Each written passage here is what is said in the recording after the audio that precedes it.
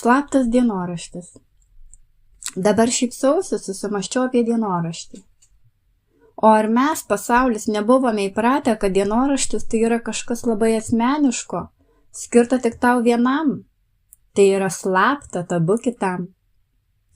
Kažkas, kur užsirašai savo mintis, svajones, pojūčius, išgyvenimus, bet užsirašai tam, kad tai būtų slapta.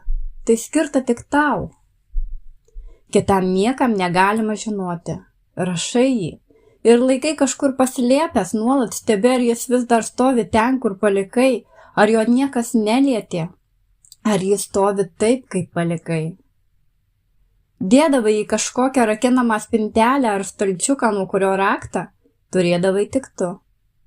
Juk ten slepiasi tavo dienoraštis, kurio niekam negalima skaityti. Ten visos tavo paslaptys, tavo giliausios mintys. O kodėl tas savo dienoraštyje užrašytas mintis mums norisi slėpti? Kodėl neparodžius to visam pasauliui? Gal tada pasaulis mus labiau pažins, galės susidaryti kitokį įspūdį apie mus, nei jis buvo iki šiol? Gal jeigu savo lūkesčius ir svajones užrašytumėm ne tik slaptame dienoraštį, bet ir parodytumėm, praneštumėm apie tai kitiems, gal tos svajonės, lūkesčiai turėtų didesnę galimybę realizuotis? Ar mes norim tik tam, kad norėt?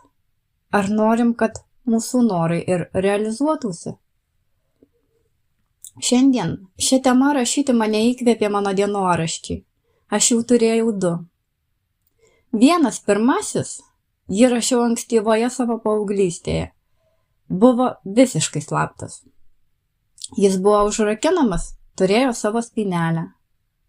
Aš žinojau, kad ta spynelė nėra tinkama apsauga nuo mano dienoraščių, ją bet kas su bet kokiu smailu daiktu gali lengvai atsirakinti.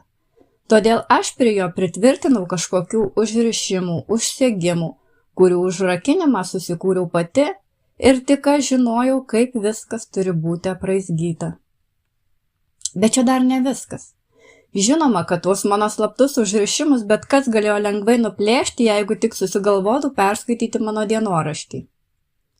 Todėl aš turėjau slaptą savo dienoraščio kalbą.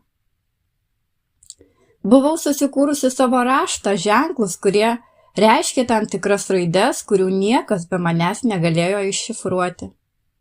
Jaučiausi labai saugi dėl savo dienoraščio, jo niekas niekaip negalėjo perskaityti. Tik bėda tame, kad laikui bėgant, rečiau rašant ir skaitant tą dienoraštį, aš pati pamiršau, ką koks simbolis reiškia. Mano pirmasis dienoraštis buvo visiškai slaptas. Toks slaptas, kad buvo paslėptas ne tik nuo viso pasaulio, bet ir nuo manęs pačios. Šis dienoraštis yra mano antras dienoraštis. Ir jis yra visiškai atviras, pasiekiamas kiekvienam. Neužšifruotas ir niekur nepaslėptas. Visi gali jį skaityti, o ir aš galiu laisvai bet kada jį dar kartą pasiskaityti, nesvarstydama, ką tas kažkoks simbolis galėjo reikšti. Šis mano dienoraštis man patinka labiau. Čia aš nesislepiu, čia aš nieko nebijau, čia aš esu laisva, čia aš nelaikau užgniaužus iš baimės, čia aš dalinuosi iš meilės.